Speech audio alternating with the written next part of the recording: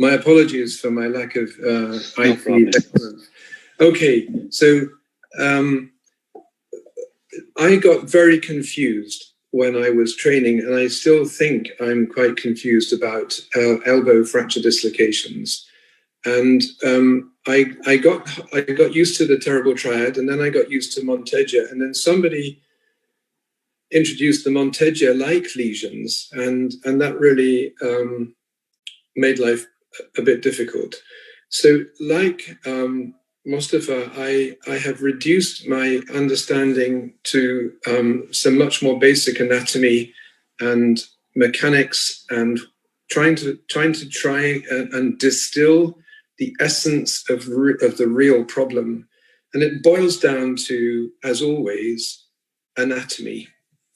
And my lovely friends in Egypt won't be surprised by me boiling things down to anatomy, because I really like anatomy.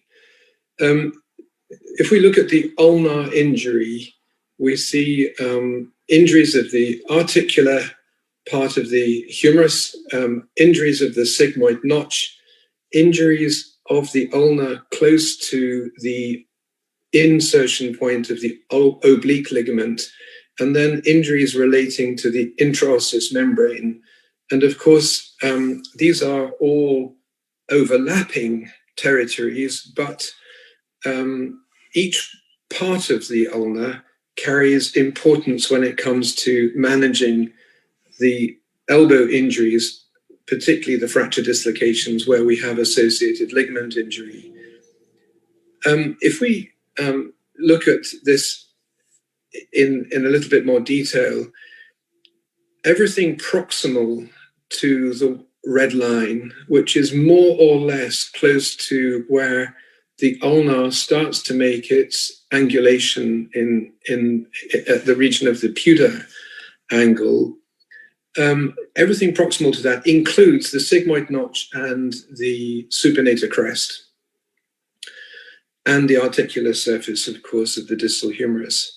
So this point here, this part, the sigmoid notch region, for me becomes what I call the key component, the key bony component, because attached to that supinator crest is, as you've already heard from Dr. Al-Safuri's lovely discussion, is the attachment point of the posterior band of the lateral ulnar collateral ligament. Sorry, the lateral ulnar collateral ligament. And it's the relationship between the points of attachment of that ligament, the length of that ligament, which determines the arc of rotation of the ulnohumeral joint and the containment of the radial head against the capitellum. As Mustafa very beautifully put it, how this length is determining the captivity of the radial head by the capitellum. There are some useful bits of information in the literature about the pathoanatomy of ligament avulsion and disruption in complex elbow instability, including fracture dislocation. One paper, of course, by Sean O'Driscoll in association with Emil Shemich and Mike McKee from Toronto. There's a variety of ligament injury, but please note that the avulsion of the common extensor origin, the common extensor muscle from the distal epicondyle up the lateral epicondylar crest, comprises up to 2/3 of complex elbow instability. And as Dr. El-Safuri pointed out, muscular control both enables elbow movement, of course, but it also protects ligaments. So these short periarticular muscles, anconeus and the common flexor extensor muscles, contribute to protecting ligaments from overload. So they are important, and certainly important to, in my view, to repair at the end of a surgical procedure. And you see then there is a range of ligament injury of the lateral ulnar collateral ligament, with proximal avulsion being slightly more common than mid-substance rupture, and ulnar detachment being really uncommon. that's possibly because the annular ligament combines with the lateral ulnar collateral ligament at the supinator crest and forms a very strong enthesis at that point. So it's the relationship between the ulnar and the sigmoid notch and the distal humerus that determines the length of the lateral ulnar collateral ligament. So for me, this is the key fragment. And the length of the proximal ulnar, the olecranon, and the length of the ulnar to the distal radial ulnar joint has to be focused on this region of the ulnar, just where the Puda angle exists. So when we have fractures of the olecranon or the distal, the proximal ulnar distal to the sigmoid notch, this key point has to be restored. And the key length is a combination of an appreciation of the overall ulnar length and its shape, and the height of the radial head and its shape. So the relationship, and this is where Mustafa's lecture was so useful and beautiful, and it ties in with this very nicely. I'm glad to say, for me, the relationship between the proximal ulnar length, in other words, the distance of the sigmoid notch from the humerus, and the relationship of that to the radial head height gives you the critical relationship that then restores tension, appropriate tension in the lateral ulnar collateral ligament, and therefore the appropriate arc of movement of the humero-ulnar joint. Remember that the ligament forms a pendulum, effectively, with the sigmoid notch as the end of the pendulum, which is then rotating around the epicondyle. So the key ratio that we want to try and reestablish in reconstruction is the relationship between the length of the lateral ulnar collateral ligament and the radial head. And it's for that reason that I really do think that restoration of the radial head height is critically important in complex radial head fractures, but also how difficult it is when you come to replace it with a non-anatomic radial head replacement. It's also true that I think this form of restorative surgery optimizes the function of anconeus. This is a relatively ill understood little muscle, but you can make your anconeus yourselves work really quite well isometrically. And as you do so, what you're doing is compressing the radiocapitellar joint, offloading the lateral ulnar collateral ligament. And this is why preservation of the anconeus and its nerve supply, a long, small nerve coming down through the medial head of the triceps, it's got its own nerve supply, and therefore, in my book, it's a very important little muscle because it has its own nerve supply, and therefore we need to restore anconeus as well as the ligament, as well as the radial head height. And after that, we can work out how to do rehabilitation, which is about restoring isometric strengthening of this little muscle just as soon as possible.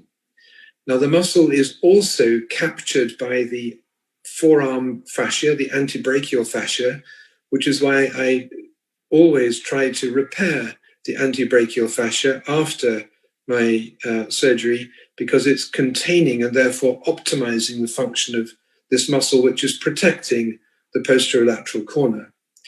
Now, you can apply all those principles to the medial side and the medial collateral ligament, and as Dr. El-Safuri pointed out, the anterior band of that, which is protected by the common flexor, the pronatal group. So here is a dissection that was undertaken at one of our AO courses. We can see a sequential dissection of the deep antebrachial fascia, the anconeus being elevated from in the bottom left photograph, elevate. You see how long it is. It's a very substantial muscle in many cases, protecting the elbow here.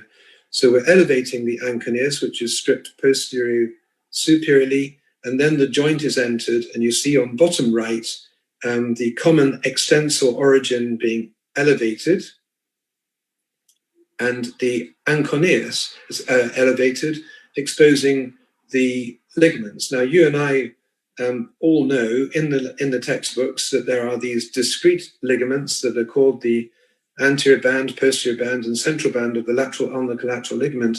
And I would suggest respectfully that these are perhaps not strictly helpful concepts as bands. This is a sheet of tissue, different parts of which become under tension due to compressive loading of the radiocapitellar joint in different forearm rotations and elbow sagittal flexion movements. But essentially, the anterior part of that is of the lateral collateral ligament is what we're aiming to reconstruct. So when we start to produce, so this is kind of like reverse engineering the fracture dislocation. When we start to produce progressive lesions of the anterior capsule in pronation, we start to see what happens to the classic fracture dislocation of the radius of the elbow joint. What we're doing here is to start to deconstruct the anterior capsule during a pronation injury. We then see progressive lesions of the posterior capsule and the posterior band of the lateral ulnar collateral ligament. You see in the central photograph there, the posterior band has been cut, and that allows the ulnar to drop away. And then finally, when the annular ligament ruptures and the lateral ulnar collateral ligament anterior band is detached from the epicondyle, then the radius can drop away from the capitellum. So we have a progressive lesion that allows ulnohumeral rotation and then radiocapitellar dissociation. So I would suggest that we don't try to necessarily classify the lesions, but try to understand the pathoanatomy, which is why I think your CT scans are so helpful, but which, again, I think if we have them, MRI scans, perhaps even more helpful, because it starts to allow us to interpret the entire injury. So here we have a progressive deconstruction of the joint, simulating a rupture of the annular ligament with early subluxation of the proximal radioulnar joint, and then ulnohumeral dissociation. And that, of course, mimics posterolateral rotatory instability.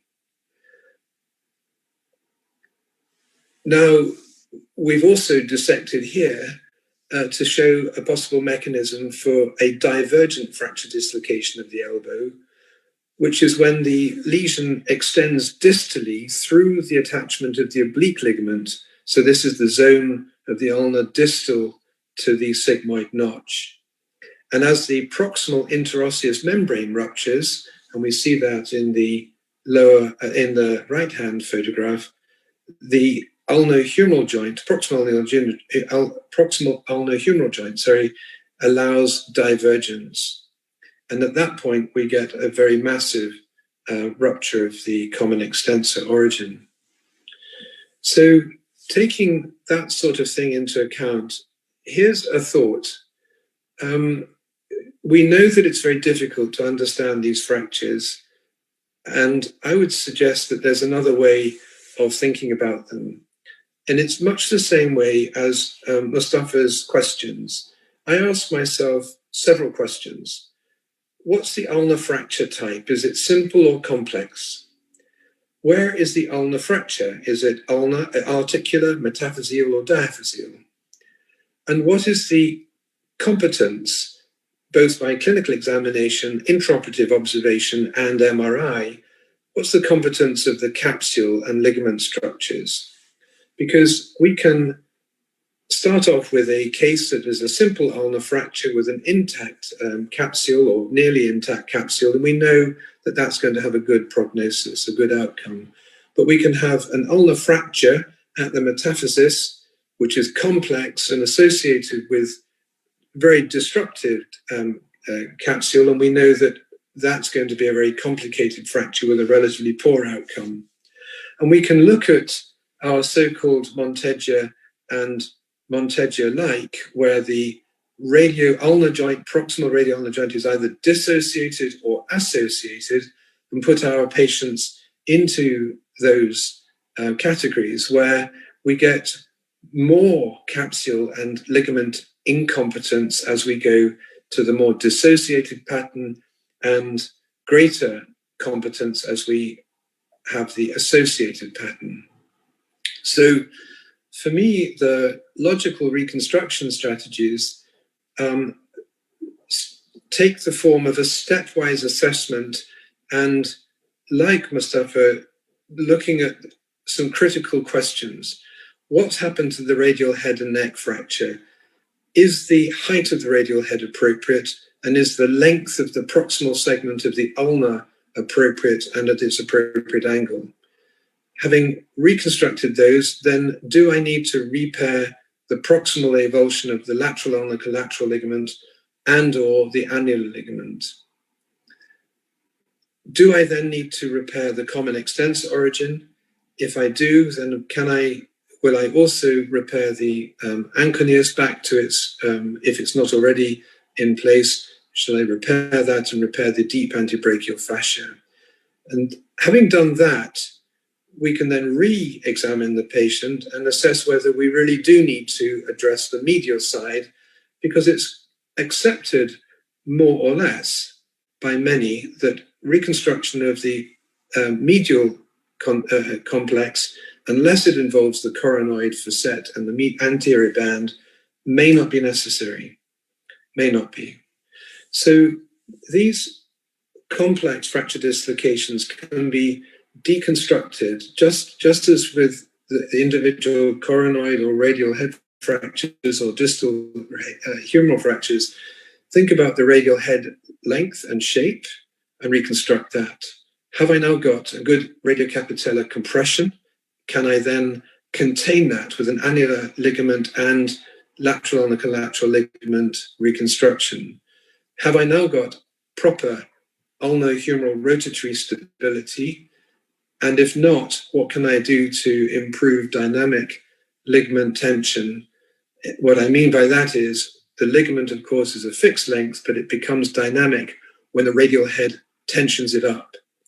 I hope that that's not being terribly confusing, but I did like Mustafa's presentation in the way it deconstructed the anatomy of the lesion as opposed to just follow a classification which sometimes doesn't help us. And I rather hope that this has done something similar. So thank you ever so much for your time, and I would welcome a chat. Thank you.